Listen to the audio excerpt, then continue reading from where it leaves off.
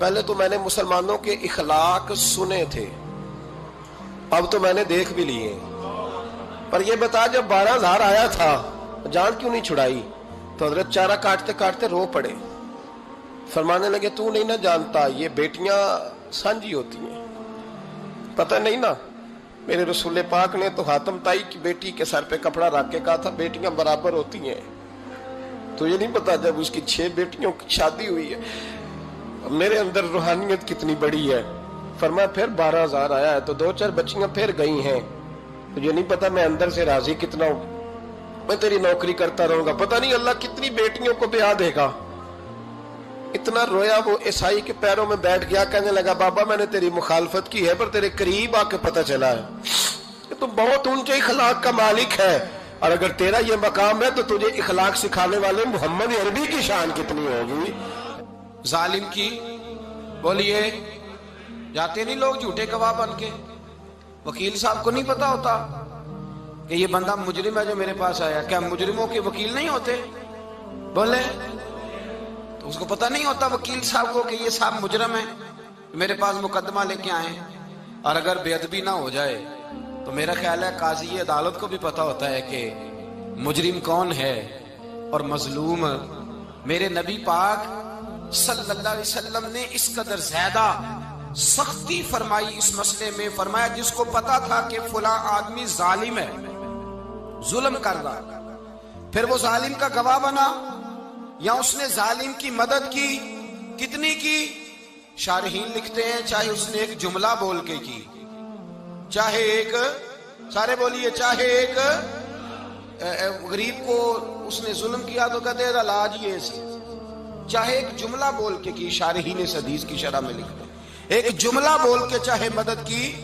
جس بندے نے کسی ظالم کی مدد کی کسی مقدمے میں یا کسی صورت میں اور اسے پتا تھا یہ ظالم ہے، میرے نبی پاک صلی اللہ تعالی علیہ وسلم فرماتے ہیں اگر اس نے مدد کی، ابھی ظالم کی بات نہیں ہو رہی، ظالم کے مددگار کی بات ہو رہی، اگر کسی نے ظالم کی مدد کی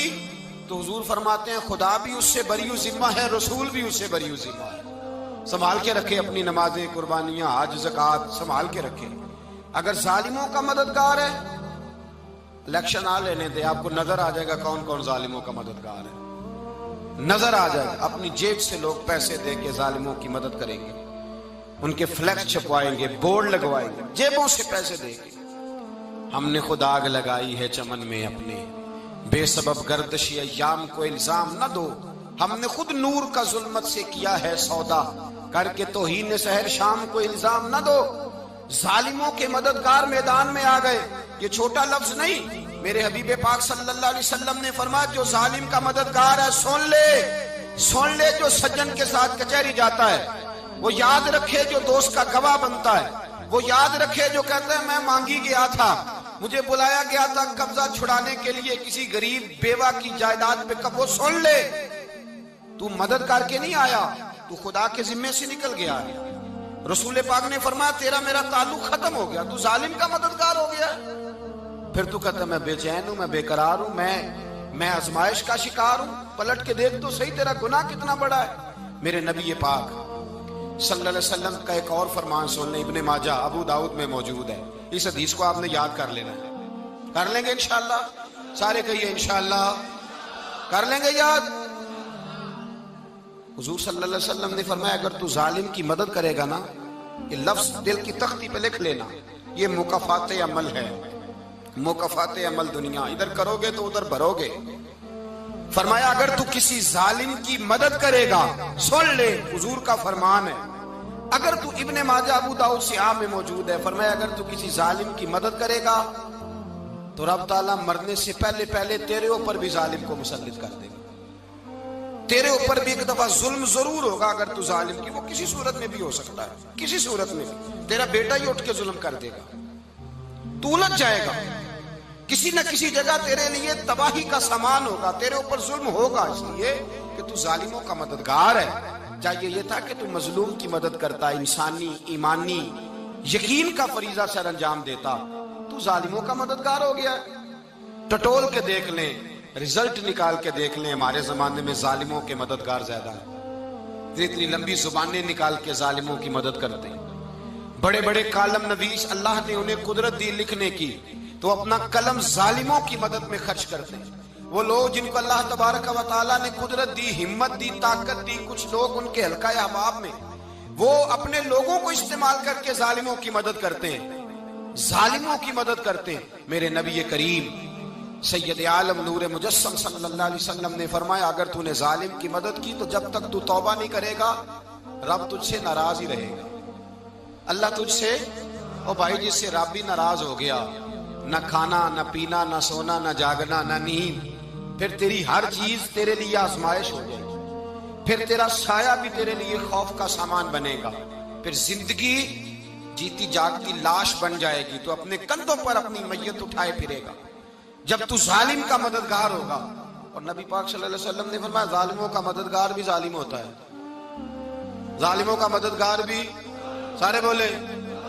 ظالموں کا مددگار بھی نہیں، کو نہیں، آپ سارے نہیں بول، ایک دفعہ بولے ظالموں کا مددگار بھی، پکی بات ہے، ظالموں کا مددگار بھی۔ اللہ اکبر، جس کا یارانہ ہو، جس کا دوستانہ ہو، جو کہے میں نے نا اس کو اوکھے ویلے کے لیے ظالم کو یاد رکھا ہوا ہے۔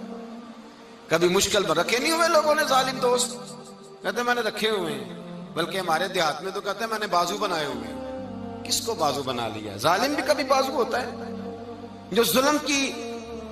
تلوار لیے میدان میں کھڑا ہے۔ قارون، حامان، فرعون، نمرود کا حال نہیں لوگوں نے دیکھا؟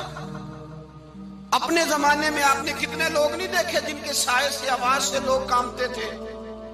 پھر پولیس کی گاڑیوں میں وہ اس طرح مردہ پڑے کہ دنیا نے تماشا دیکھا ان کا۔ یہ رنگ ہم نے دیکھے نہیں اپنے آنکھوں سے۔ فرمایا ظالم کا مددگار بھی، جو کار میں بٹھا کے لے کے گیا وہ بھی ظالم، جس نے چائے پلائی وہ بھی، جس شخص نے کھانا کھلایا وہ بھی، جو کچہری تک ساتھ گیا وہ بھی، جس نے فلیکس کے نیچے، بڑے شرابی کے نیچے چھوٹی اپنی فوٹو لگائی وہ بھی، جو ووٹ کی پرچی ڈالنے گیا وہ بھی۔ کہہ دینا باہر نکل کے کہ حضرت صاحب نے سیاسی تقریر کی ہے، کہہ دینا، پر بات تو سچی ہے نا۔ خو کرے ہم تو سے تھوڑا سا گلا بھی سن لے، خو کرے ہم تو سے تھوڑا سا بھی گلا۔ امام مالک کے پاس ایک بندہ آیا، اس نے کہا حضور میں درزی ہوں، ایک ظالم بادشاہ مجھ سے کپڑے سلواتا ہے، میں تو ظالموں کا مددگار نہیں نا۔ ایک ظالم بادشاہ مجھ سے، حضور میں تو مددگار نہیں نا ظالموں کا، جو فرمایا ظالموں کا مددگار بھی ظالم ہوتا ہے، تو کپڑے لے کے آتا ہے میں سی کے دے دیتا ہوں، ذمہ داری نہیں۔ یہ ایک آدمی دکاندار ہے، اس سے کوئی بندہ چیز خریدنے آئے گا تو تھوڑی کہے گا میں نے نہیں دینی، تو دے گا۔ کوئی بندہ اگر کسی شخص سے کوئی کام کہتا ہے جو اس کی فیلڈ ہے، اس کا شعبہ ہے، اس کا معاش کا وہ سلسلہ ہے، کہتے ہیں یا رسول اللہ صلی اللہ علیہ وسلم ظالموں کا مددگار بھی ظالم، حضور نے فرما دیا۔ تو امام مالک سے بندے نے مسئلہ پوچھا،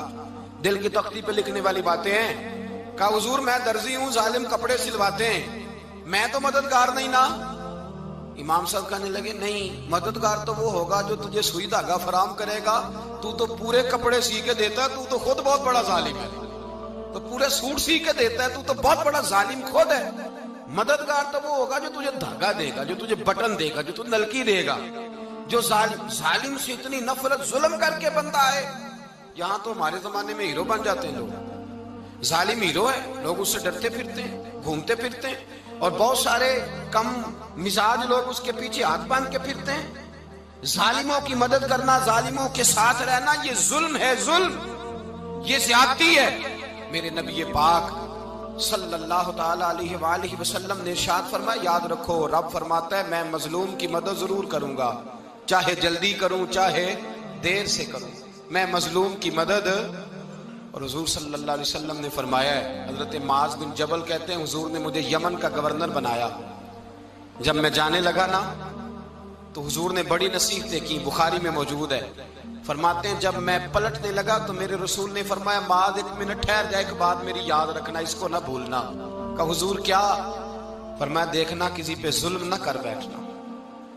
کہیں تجھ سے زیادتی نہ ہو جائے۔ محبوبہ پھر حضور نے فرمایا سن میرے معاذ، میں تجھے گورنر بنا رہا ہوں، زیادتی نہ کر بیٹھنا۔ یا رسول اللہ صلی اللہ علیہ وسلم کیا ہوتا ہے؟ تو میرے کریم نے فرمایا جب مظلوم دعا کے لیے ہاتھ اٹھاتا ہے تو عرش کا مالک کہتا ہے فرشتوں پیچھے ہٹ جاؤ، عرش کا مالک کہتا ہے فرشتوں پیچھے